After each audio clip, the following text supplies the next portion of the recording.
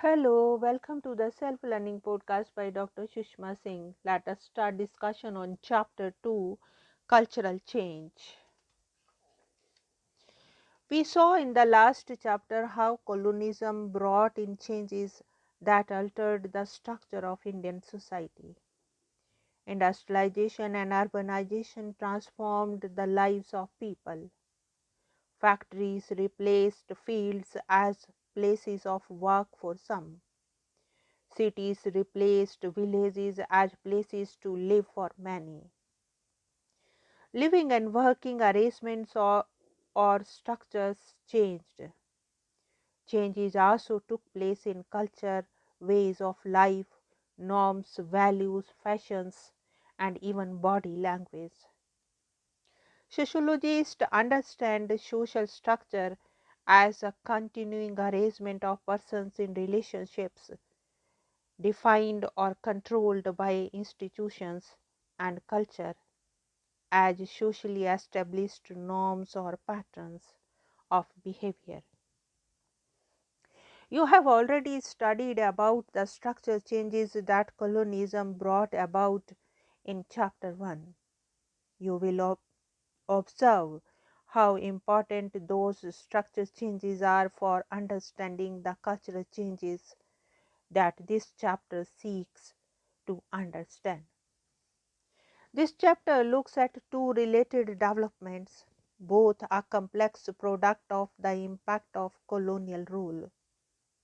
The first deals with the deliberate and conscious efforts made by the 19th century social reformers and early 20th century nationalists to bring in changes in social practices that discriminated against women and lower castes.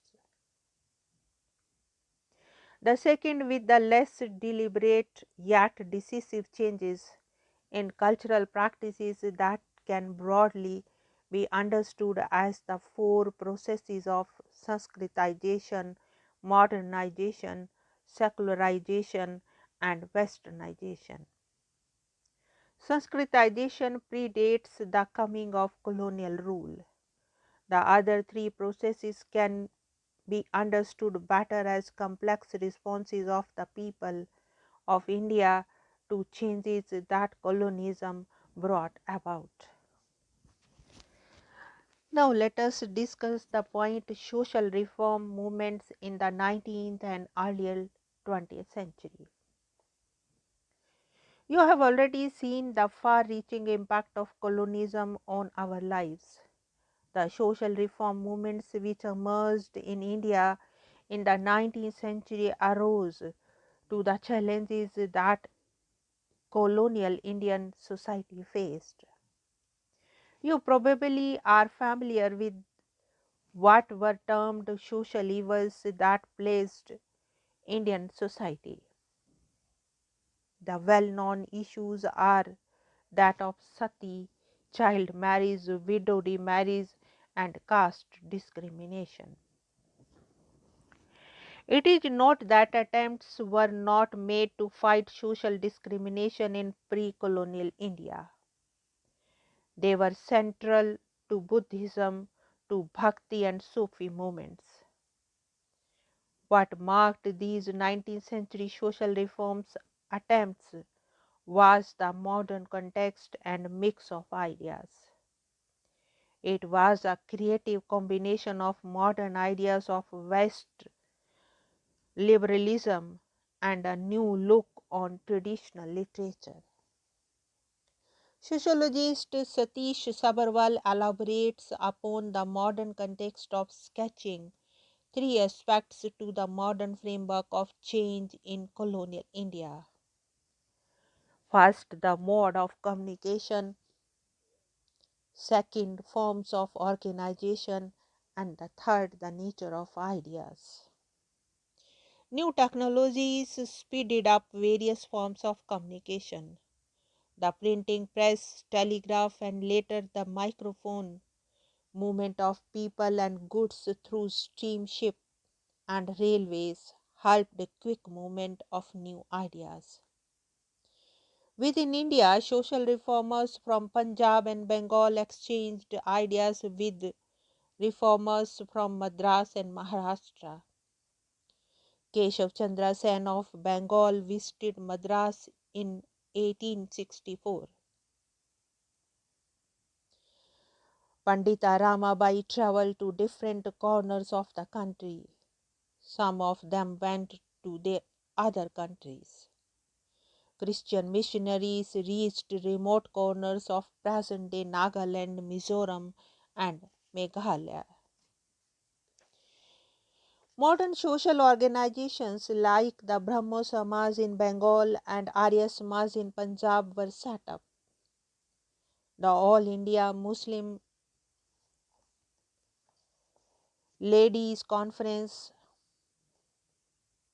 was founded in 1914. Indian reformers debated not just in public meetings but through public media like newspapers and journals. Translations of writings of social reformers from one Indian language to another took place. For instance, Vishnu Shastri published a Marathi translation of Vidyasagar's book in Indu Prakashan in 1868.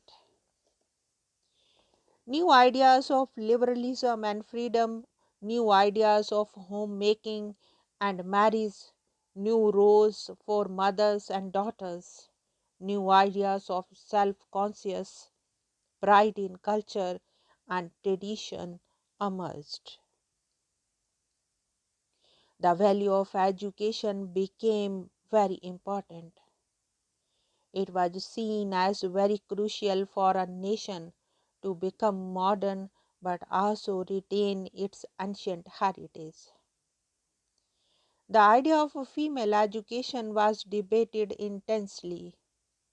Significantly, it was the social reformer Jyotiba Phule who opened the first school for women in Pune. Reformers argued that for a society to progress, women have to be educated. Some of them believed that in pre-modern India, women were educated. Others contested this on the grounds that this was so only of a privileged few. Thus, attempts to justify female education were made by recourse to both modern and traditional ideas. They actively debated the meanings of tradition and modernity. Jyotiba Phule thus recalled the glory of pre-Aryan age, while others like Bal Gangadhar Tilak emphasized the glory of the Aryan period. In other words, 19th century reform initiated a period of questioning, reinterpretations, and both intellectual and social growth. The varied social reform movements did have common themes, yet there were also significant differences. For some, the concerns were confined to the problems that the upper caste, middle caste women and men faced. For others, the injustices suffered by the discriminated caste were central questions.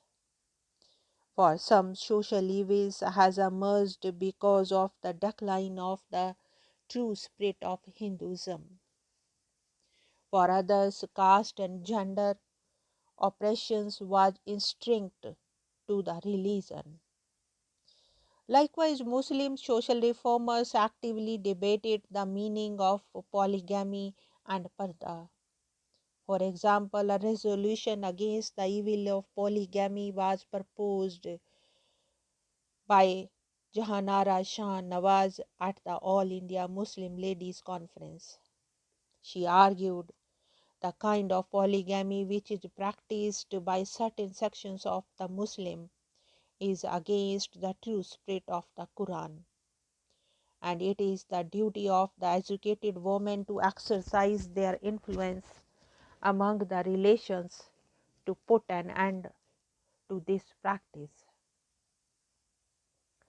The resolution condemning polygamy caused considerable debate in the Muslim press. The Hizb-e-Newaz, the leading journal for women in the Punjab, came out in favor of the resolve, but others disapproved. Debates within communities were common during this period. For instance, sati was opposed by the Brahmo Samaj. Orthodox members of the Hindu community in Bengal formed an organization called Dharma Sabha and petitioned the British, arguing that the reformers had no right to interpret sacred texts. Yet another view, increasingly voiced by the Dalits, was a complete rejection of the Hindu fold. For instance, using the tools of modern education, Muktabai, a 13-year-old student in Phule's school, writes in 1852, "Let that religion where only one person is privileged and the rest are deprived perish from this earth, and let it never enter our minds to be proud of such a religion." Now let us wind up the session, and thank you very much for engaging yourself with the Self Learning Podcast.